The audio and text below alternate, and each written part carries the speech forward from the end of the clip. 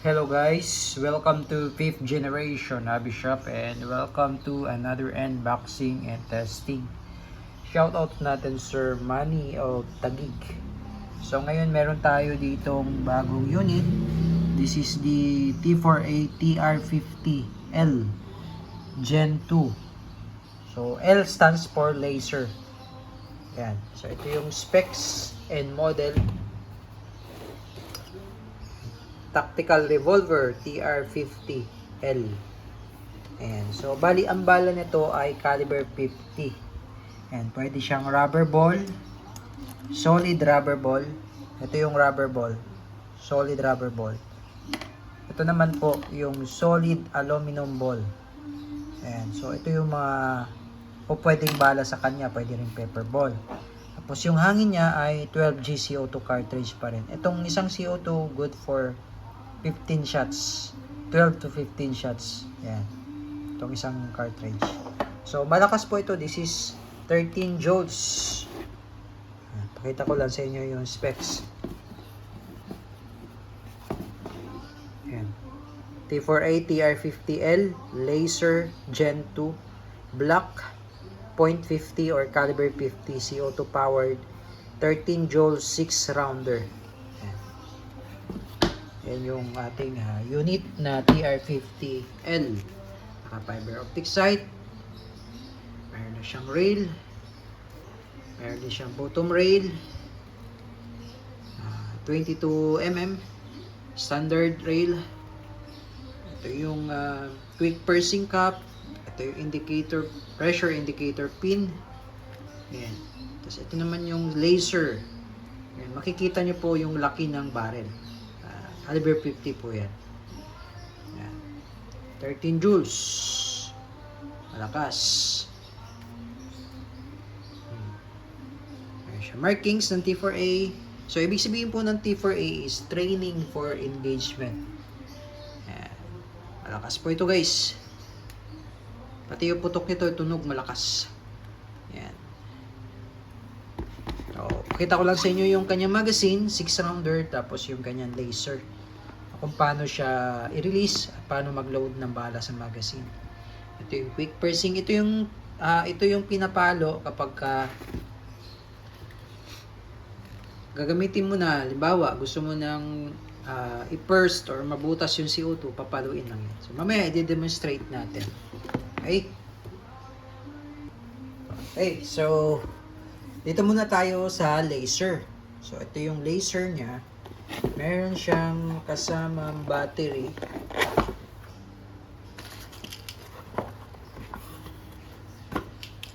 Ito yung battery. 3 piraso tsaka yung allen. And syempre may kasama siyang manual. Of course, yung manual ng laser. Ayan.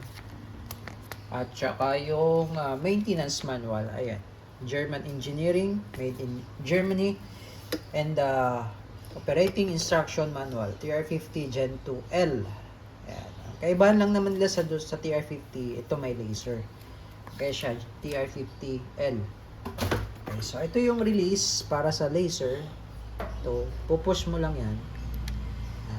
Angat siya. So ito yung sa port ng laser. Ayan. Open.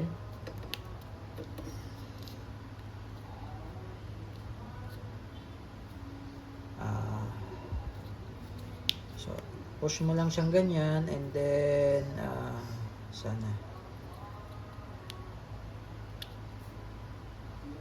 So, ganito lang po yung paglalagay ng battery. Ito, igaganon mo siya, ibababa. Tapos ito, iaangat mo. Yan. Okay, so ulitin ko po, no? Meron siya nakalagay arrow, pababa. Bababa mo lang siyang ganyan. Yan, pagkababang ganyan, ito, tutuklapin mo lang to para umangat. Ito. Laser. Kasi kailangan ibaba mo siya, tapos tuklap. Yan. Okay, tapos dyan mo na ilalagay yung battery. Okay. Ang battery niya ay LR41. Ayan, so hindi ko muna ilalagay yung battery kayo na po maglalagay. Okay, tapos pasok lang ganyan. Tapos yan, insert. Tapos ngayon, pag ilalagay mo siya, pa ganyan. Pasok na siya. So, kung release, ito, release. Yan, release siya. Ngayon, ang on and off, ito naman po. Ipupush nyo lang to. Yan, yan. Push. Sa off naman, push nyo lang. Yan, iilaw yan. Okay. So, sa magazine naman, ito yung release. Yan, yung release. Labas mo lang to. Tapos, load tayo ng rubber ball. Ito yung gear. Sa likod, unload. Yan. 6 shots. Yan. Ganon din sa aluminum ball. Sa likod din ang load. Okay. So, yan. 6 shots. Okay. Tapos, load. Pasok mo lang siya dyan.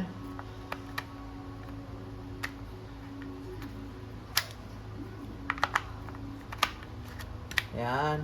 Pasok mo lang. Then, lock. Then, iikot mo lang siya one time. Yan. Yan. Iikot siya. Yan. Iikot yan. Yung magazine. Yan.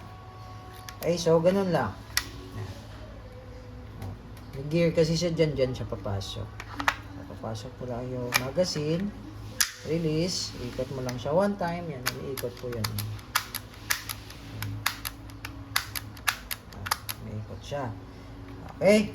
Tapos, ito naman po yung quick pursing cap. Lalagay natin dyan yung CO2.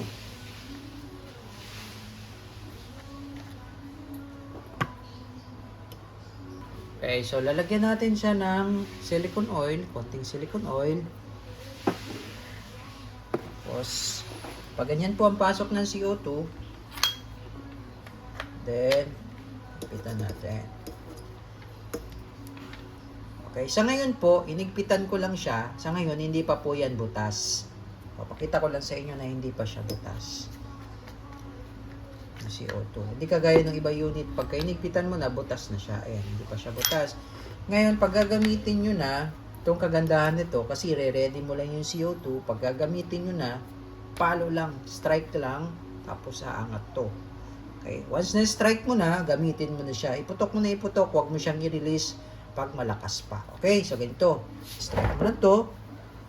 Pagka-strike, aangat siya. And then you're ready to fire. Okay, so testing natin. Okay, firing tayo. TR50L. Pakita ko lang sa inyo yung rubber ball. Chambered in caliber 50 rubber ball. Okay. Okay. Ready to fire. Yun ang ating target, dalawang bote. Okay. And firing.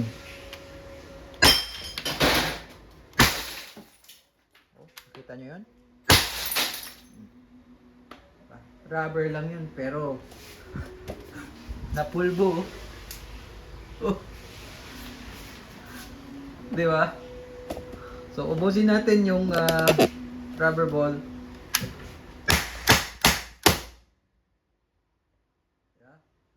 Iputok mo lang siya ng iputok hanggang sa maubos yung hangin. Huwag nyo pong i-release pag may hangin pa. Okay? Putok nyo lang ng iputok.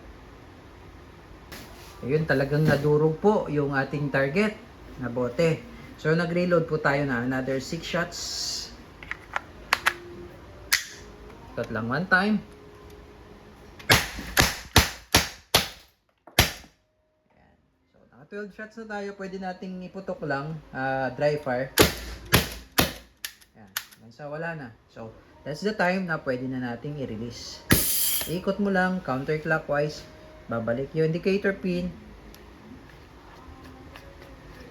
Basta may hina na, pwede mo nang i-release. Pero pag malakas na, wag nyo pong i-release. Okay? So, nakikita nyo naman po yung ating, layo natin sa target na sa around 2 meters. Ayan. Pero nakikita nyo naman yung bote na pulbo, na durog talaga. Okay, so again, this is the TR50L with laser, caliber 50.